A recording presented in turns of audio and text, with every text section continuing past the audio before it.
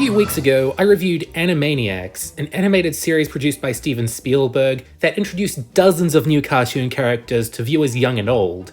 While the main Warner siblings were breakout stars and became pop culture icons without any trouble, it was up in the air who else audiences would respond well to. The senior squirrel, the Italian-American avians, the wide and withered water mammals. Of all of this competition, I guess it's fitting that the victors got to achieve their goal and, figuratively, take over the world. Pinky and the Brain were an instantly classic duo, and got their own spin-off show that was arguably just as popular as Animaniacs. It stood on its own as a brilliant, well-animated cartoon, and continued to stand as it got its own time slot and dedicated following. I'm making my opinion on the series very blatant up front. Pretty darn positive.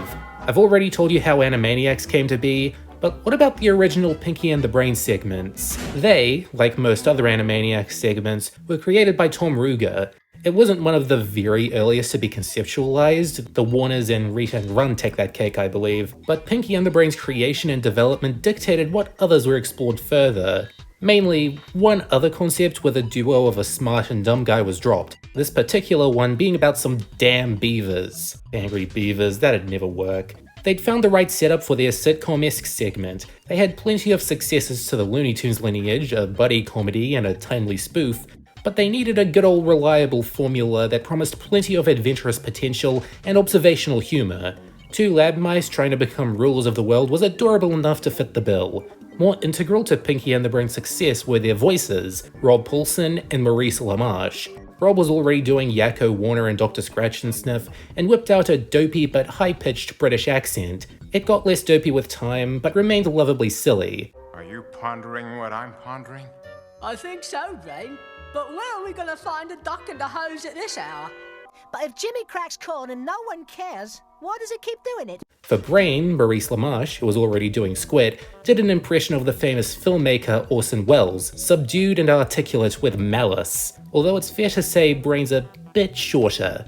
I'm bringing up the voice actors so early because these are their career-defining roles. I just have to say that. I love them in their later stuff, I have favorites, but Pinky and the Brain are what you think of when you think Rob Paulsen and Maurice LaMarche. The first Pinky and the Brain segment of Animaniacs, Win Big, aired on September 14th, 1993, and their popularity only began to snowball. While the first season was completely planned out before premiering, the mice got plenty of face time to satiate their new fans, reappearing about 16 times, notably getting 2 different segments in the Animaniacs Stew special, and their own half-hour slot in Spellbound, where Brain tried to take over the Middle Ages. It's clear they were popular internally, which made their absence from the second season pretty weird. Viewers couldn't guess what would hit America on September 9th, 1995. No, not the PlayStation. Pinky and the Brain in their own show on the Kids WB. They joined the 3rd season of Animaniacs after a move from Fox Kids, making the occasional trip back to their show of origin, and stayed pretty popular throughout the rest of the decade. Awards, merchandise, specials, a bad spin-off, the usual marks of success, carried them through to April 10th, 1999. And so far, they're the only segment aside from the Warners to be retained for the 2020 Animaniacs reboot. But before then, their real-life invasion of the world extended to countless channels, including Cartoon Network, Nickelodeon, The Hub through Animaniacs, and surprisingly enough, Toon Disney. Goes without saying, they were a really big part of the franchise's legacy, and I want to see why now. Gee, Brain, what do you want to do tonight? The same thing we do every night, Pinky. Try to take over the world. Meet Pinky and the Brain. One is a genius, the other's insane. They're laboratory mice whose genes have been spliced, and to prove their mousy worth, they'll overthrow the Earth. Their Twilight campaign is easy to explain, so I'll stop before Larry has to. To be more specific, Brain is a genetically enhanced lab mouse with the intelligence of a human genius, and strives to gain control of the world alongside his simpler sidekick Pinky. The plans are generally designed to take advantage of humanity's vices like television addiction, or causes like saving endangered species. But whether it be through Pinky's buffoonery, Brain's hubris, or some other contrivance, the plans always fail at the last minute, setting them back to square one, and most of the world seems to forget they ever happened. Like Phineas and Ferb, it's the ideal mixture of a rigid formula, one you know front to back before long, and a varied one. You don't care if you're seeing the same plot beats because the meat of the stories can be anything. And like Phineas and Ferb, it wouldn't have been very good if the characters stuck in this loop weren't amazing. Brain is as smart as he is cynical. He has an uneasy relationship with the human race for making him this way, and lets it out by striving to be more clever and meticulous every night. He's a character there for the older viewers first and the younger ones second. I'm sure anyone can get something out of his mature mannerisms and extreme verbosity, and root for him as an underdog against humanity. But come on, we're all here for Pinky. A taller mouse, equally capable of speaking English, that has let his smaller mind rot away watching TV, leaving it a husk full of pop culture and gibberish. He's still chipper, easily amused, and incredibly loyal to Brain, no matter how many times his best friend insults and hurts him. The dynamic never comes off as too schmaltzy or mean. They're rarely in close enough headspaces for a particularly stressful interaction to ever take place, and they only express their fondness of one another on special occasions. You can always tell Pinky is more openly fond of Brain though, while Brain is, at most, more closed off. It's a tight dynamic that anyone can latch onto, mainly from Pinky's end, but there are brains out there. Larry is Larry. Snowball the guinea pig is Brain's old rival, another enhanced rodent who has plans to take over the world on his own. He's meant to portray the difference between how Brain was initially perceived, a selfish recluse, and what Brain turned out to be, more compassionate towards at least one individual. Or rather, what Brain would have become without Pinky. I like villains like this, that ask you to think what the protagonist could have been if one thing about their world was different. Billy's another mouse, usually put in the position of Brain's love interest, despite basically being a female Pinky. I'll get back to this. She's a good character in her own way too. I guess the most common recurring human character is Bill Clinton, the US president at the time the show was made. I feel like regardless of what president it was, they'd still depict him as a slacking dope with a naggy partner. Even the Acme lab scientists get less exposure, mainly because they're never the same scientists. Sometimes the lab is implied to be completely abandoned. That should tell you the human characters aren't given characteristics as solid as the animals, besides being total sludgeheads of course. There's a bunch of entertaining minor characters and one-offs, like their foreign neighbor Mr. Sultana, but humanity is meant to be depicted as a worldwide hive mind of stupidity. Yes, we were like that before the internet. If I had one complaint about the cast, it would be that none of them are quite as interesting as the main duo. I had a similar problem with the Angry Beavers, where I loved the Beavers, but found the others to be sort of average. No matter what, in both of these cases, at least they created more than one character I can never get tired of. What are we gonna do tomorrow night? The same thing we do every night, Pinky. Try to take over the world. The writing on the show isn't much different than on Animaniacs. They share the same writers and sense of humor, which is reassuring. The cast is very small, but the adventures they go on make up for that. A large variety of genres, locales, and send-ups are explored. Acme Labs is a common hangout, but after Brain formulates his plan, you never know if they're going to end up in a forest or submarine or the past or future. There are many ways to view the world, ergo manipulate its weaknesses and rule it, so if you're worried Brain's going to put on the human suit and do normal human things every week, worry no more. They still like to underpin most of their plots with a satirical message, with capitalism and mainstream media being common targets. Basically, Brain lives in a society. Have they done a Joker parody in the reboot? They probably shouldn't. But that brings me to how referential this show is. The main characters are already parodies, and the stories themselves are often heavily influenced by Hollywood movies or whatever was on TV at the time. It's a bit different than on Animaniacs. Whereas that show would often reference things just to make a one-liner at their expense, especially early on, Pinky and the Brain love to do full-blown parodies, poking fun at the subject's plots and actors if need be. They really like making fun of celebrities as well, but it's mostly the same boomers as in Animaniacs, plus some then younger ones who were still before my time. I'd probably find these more hilarious if I knew more about these people, but deep down, I'm kinda scared to look up what they're like now. I'm sure some of the jokes flew over viewers' heads at the time too, because they could still get really naughty when they needed to. The fact that My Feldman's My Friends is all about them trying to put a little red nub on top of a tower kills me. And I seriously can't tell if it was meant to be an innuendo. And we need to address the deeper layers of Pinky and the Brain's dynamic. I'm not really into the whole shipping thing, that's not my frontier, but these are the gayest mice on television. They never try to hide it. And with all the cross-dressing and role-playing he does, especially in domestic situations, I think Pinky invented 20 new genders in 4 years.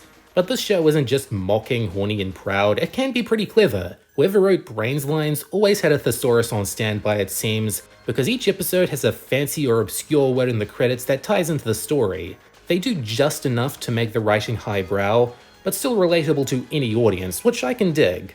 What do you want to do tonight, Brain? The same thing we do every night, Pinky. What's that? I have no idea. The first season had a lot to consider. Yeah, it was automatically popular, but it was still a spin-off with its own tone and style that needed to be more fleshed out. Some of the earlier short segments, like Tokyo Grows, feel like Animaniacs skits that were held over for this show. The bouncier animation, the wackier tone, it's all very symptomatic of what people liked about this duo, but not what they could prove on their own in a half hour. Season 1 is pretty uneven in episode runtime, some half hours, some 2x11s, and a couple more with 3 segments apiece. Formats come and go, but by the time the Christmas special rolled around, it was clear that the half-hour episodes were where they were finding the biggest success. The longer length meant that there were more jokes and bigger stories with more involved schemes, and more time to see Pinky and Brain get to know each other better. There are some good shorter episodes, but Season 1 taught everyone that Spellbound wasn't a fluke. One major difference in the animation between Animaniacs and Pinky and the Brain is that the latter show quickly showed more grounded movements. It's never like The Simpsons, but they are going for a more low-energy style, saving the more fluid movements for when they really need to go the extra mile. I want to stress that doesn't make the animation worse. If anything, it's better suited to the tone and adventures. It also depends on which animation company they outsource to. I'm not an expert on this front of production either, but if you've got a keen eye for the credits, you can deduce which studios are more prone to trying harder.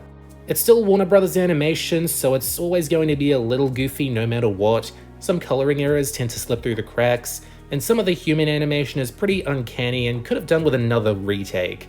Oh, and that sandwich dispenser is a godsend, thanks for asking. What are we going to do tomorrow night? The same thing we nearly did tonight, Pinky. Try to take over the... Ow!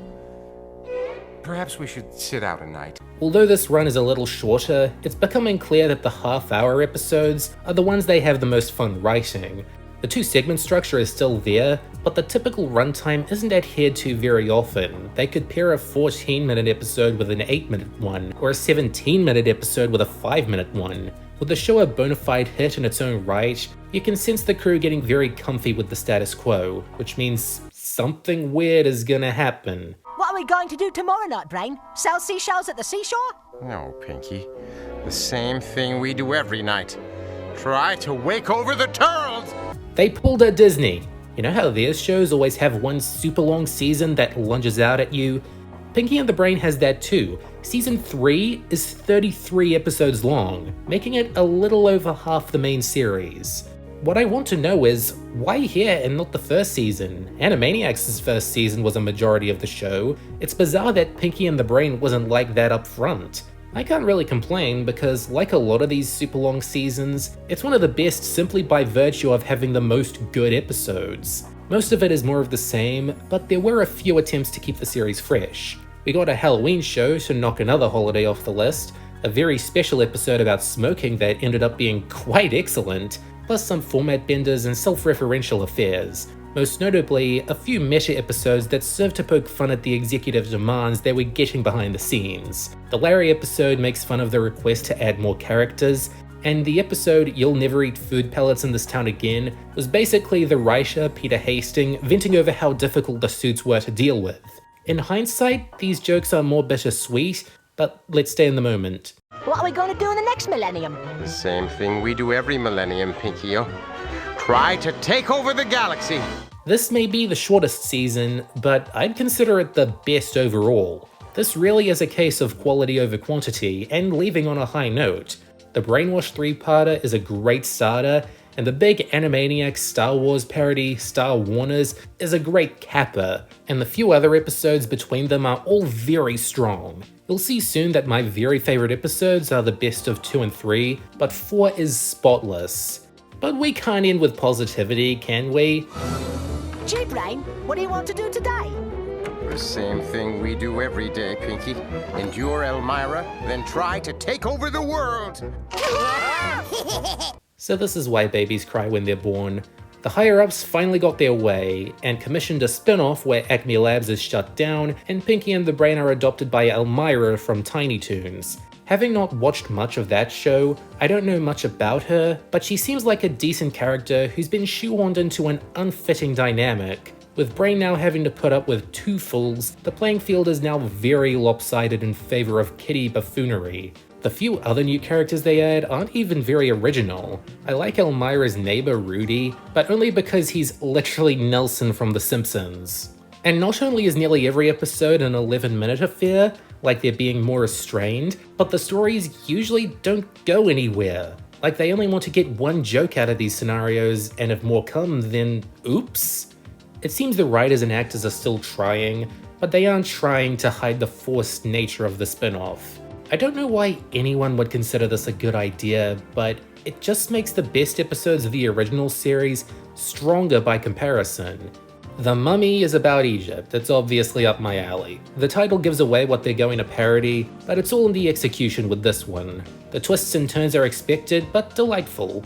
From Russia with Lab Mice was their take on a James Bond parody, making fun of the earlier movies, From Russia with Love in particular, but adding their own mousy spin to them.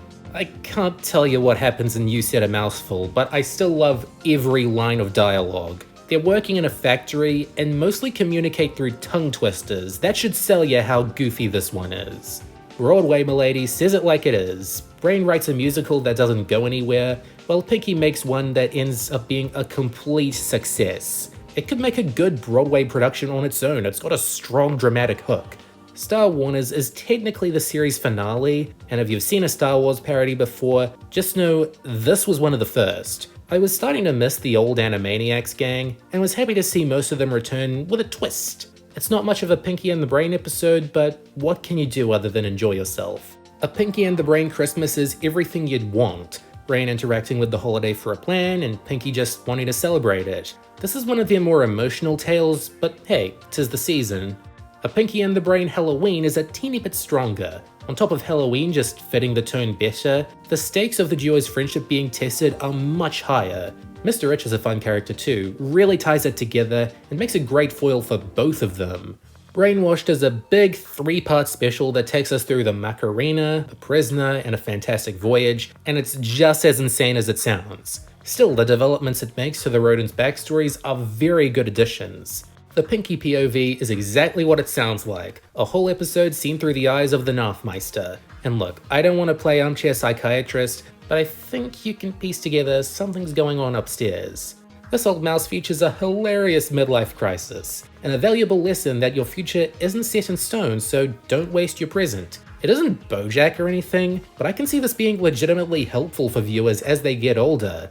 It also has a yam. Brinky is one of the episodes where they have a son. Yes, there are multiple. They are so wives with a capital W. But Romy is a great character, a disgruntled teenager who's soon inspired to forge his own path in life. It's a nice bit of drama, and so is my favorite episode, Inherit the Wheeze, a scathing criticism of the tobacco business and the fear of it being advertised to children. It's shocking to learn that cigarettes were marketed to kids once upon a time.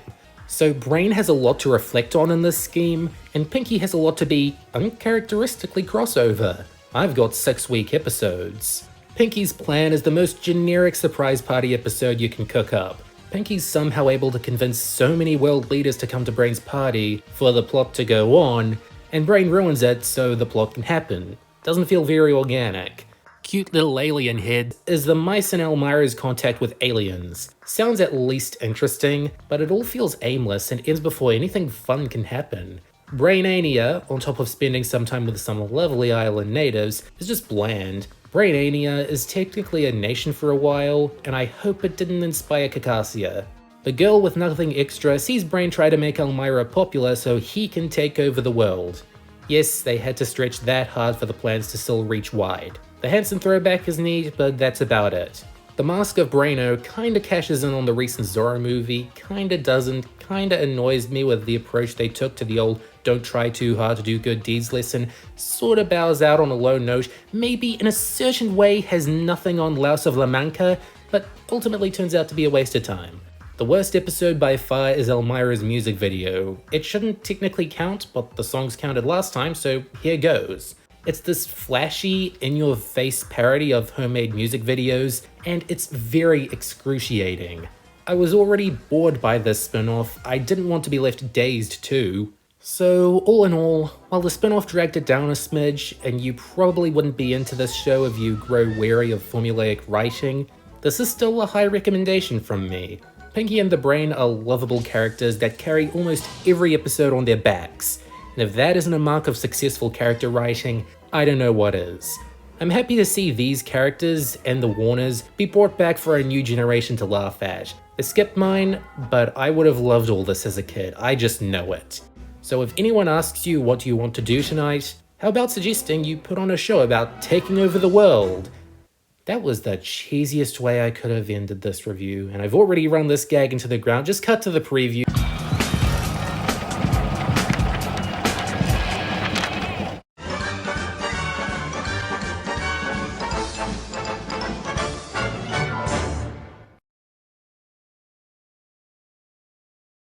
What are we gonna do, Twilight? The same thing we do every time, Pinky. Try to save the world.